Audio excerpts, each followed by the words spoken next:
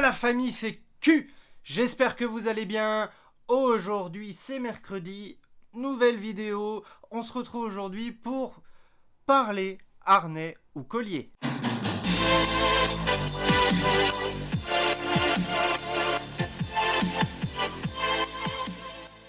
Pourquoi j'ai décidé de faire cette vidéo aujourd'hui?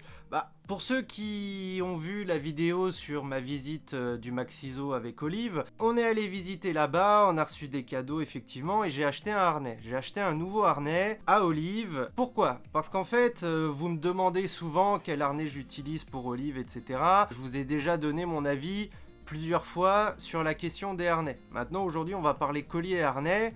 Et je ferai un focus particulier sur les chiots. Si toi, t'as envie d'avoir un chiot, si tu vas en avoir un sous peu, reste jusqu'à la fin de la vidéo, on va parler des chiots à la fin. Mais pour l'instant, je vais parler de façon générale. Et du coup, Olive, pourquoi j'ai voulu changer? Parce qu'en fait, le harnais que j'avais, c'était un harnais simple, pas fameux, qui bougeait. Sachez qu'il y a en gros 3 sortes. Les harnais en T, les harnais en Y, et les harnais en H. Bon, les harnais en Y, c'est ce qu'on avait, et les harnais en H, c'est ce que j'ai acheté à Olive. J'en ai déjà parlé plusieurs fois, je déconseille les harnais en T. J'ai retrouvé la vidéo, on a eu des discussions en commentaire avec certains qui défendaient ce genre de harnais.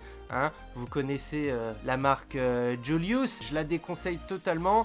Je vous mets tout de suite la vidéo du pourquoi, parce que j'en avais parlé, j'ai mis du temps à la retrouver, mais elle est là, on se retrouve juste après.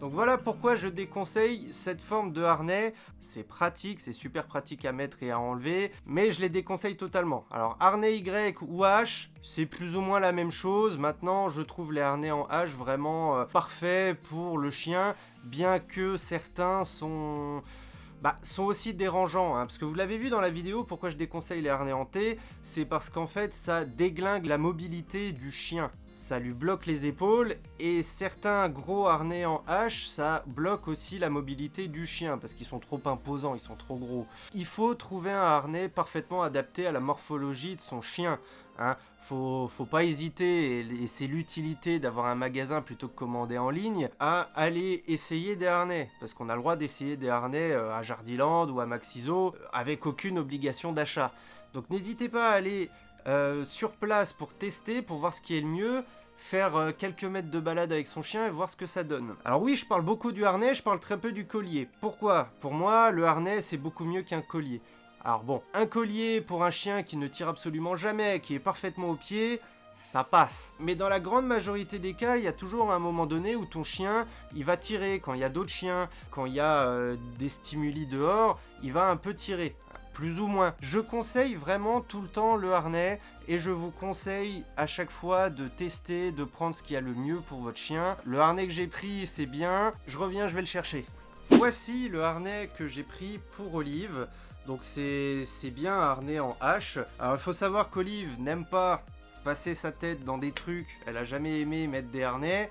Après elle est contente une fois qu'elle l'a. Bon, c'est la vie, ça peut arriver. Sachez que c'est rien de dramatique. Et même en lui filant des récompenses pour lui apprendre le mot tête pour qu'elle passe d'elle-même sa tête dans le harnais, elle aime pas. Donc pour moi, toutes les qualités d'un bon harnais en H...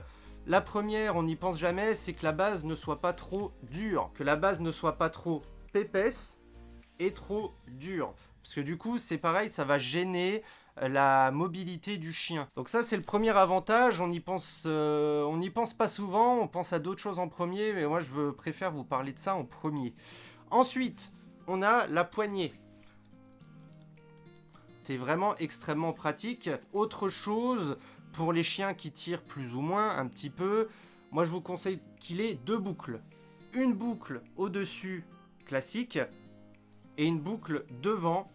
Alors souvent c'est appelé la boucle anti-traction. Donc en fait c'est un harnais où on met la laisse à ce moment-là anti-traction pour que le chien ne tire pas. Alors oui, ok, à la base c'est pour ça.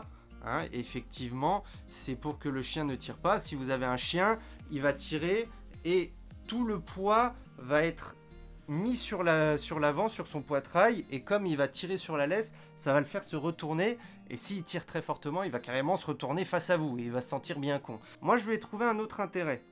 Vous l'avez déjà vu sur des vidéos passées sur la chaîne, on a fait le Mont-Saint-Michel qui était blindé de monde, on a fait plein d'endroits blindés de monde, on aime bien faire des marchés, ça je vous l'ai conseillé encore il n'y a pas longtemps. En fait, Olive, quand je lui attache là, c'est quand on est peinard, quand il n'y a personne, quand on est tranquille, et quand on est vraiment sur de la bonne balade où il y a beaucoup de gens, je lui mets là. Pourquoi ? Parce que au niveau de la marche au pied, quand on doit slalomer entre les gens, c'est beaucoup plus simple. Parce que elle connaît la gauche, la droite, les ordres. Et du coup, je lui dis gauche en mettant un tout petit à-coup sur la laisse qui est ici.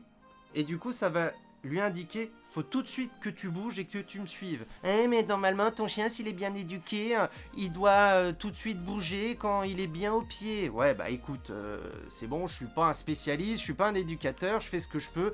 J'ai trouvé cette astuce que je trouve géniale. En général, quand on court, je lui attache toujours là pour qu'elle puisse tracter. Maintenant, il faut savoir que c'est pas un harnais exprès pour faire énormément de courses. Pour vraiment faire de la course régulièrement, tous les soirs, ou vraiment beaucoup de kilomètres, il y a des harnais exprès où il y a une autre boucle au niveau du cul du chien, pour vraiment répartir la charge, pour répartir la force. Parce que c'est le but du harnais aussi, c'est que contrairement au collier, si le chien y tire, ça va l'étrangler, c'est pour ça que je n'aime pas les colliers. Le harnais, ça répartit le poids, ça répartit la force. Pour tous ces avantages-là, je vous conseille pas de prendre un collier, sauf si votre chien est parfait, qu'il n'y a aucun souci pour la balade, qu'il ne tire absolument jamais. Mais si votre chien il tire un tant soit peu, ça va pas être pratique, et c'est pas fameux pour vous, et encore moins pour le chien. Parce que le fait d'écraser sa trachée, de s'étrangler, le chien, il en a rien à foutre, il continue à le faire. Et c'est encore pire pour le chiot. Oui, j'y viens, le chiot c'est encore pire, parce qu'il a le corps en plein développement, et un chiot, en général, 100% des cas, au début, il va toujours tirer, et son corps est en plein développement. Et je trouve pas ça fameux de lui foutre un collier, il va tirer, il va jamais s'arrêter, et ça risque de lui déformer tout le bordel. Oui, effectivement, il y a des risques de mauvais développement pendant qu'il grandit. Et c'est là que je vous conseillerais d'utiliser un harnais fin, comme on avait avec Olive. Mais un harnais comme ça, ultra fin, qui prend pas de place sur le chiot, en plus le chiot il est tout petit, donc il y a encore moins d'espace, allez pas lui foutre, parce que j'en vois souvent, des gens ils achètent des putains de harnais Julius, ou gros harnais énormes comme ça sur des chiots. Ah, le pauvre quoi, et bordel il est comme ça, tu le vois dans la rue gambader comme il peut, le pauvre là. Alors on n'est pas dans la famille Q pour se juger entre nous, mais des erreurs explicites et grosses comme ça, évitez d'en faire. On fait tous des conneries dans l'éducation, mais bon là c'est un petit peu couillon quand même. Bref, Dogs Creek Outdoor Gear, c'est pas mal, moi j'aime bien, mais c'est vraiment pratique, et ce harnais là a tout ce qu'il faut pour être un super harnais selon moi. J'en ai pas 37 millions, c'est tout ce que j'ai à vous montrer. C'est tout pour aujourd'hui. N'hésitez pas à me dire en commentaire ce que vous pensez du collier pour le chiot, pour le chien, ce que vous pensez des harnais. Si vous êtes un grand défenseur du Julius, n'hésitez pas à venir. Moi je vous dis à dimanche pour la 4e et dernière partie de nos vacances cet été, à la mer, avec une toute première pour Olive. Il y en a qui ont trouvé ce que c'était. Ça y est, il fait moche, on sort le sweat. On va se retrouver autour de raclette. Allez, à la prochaine. Ciao.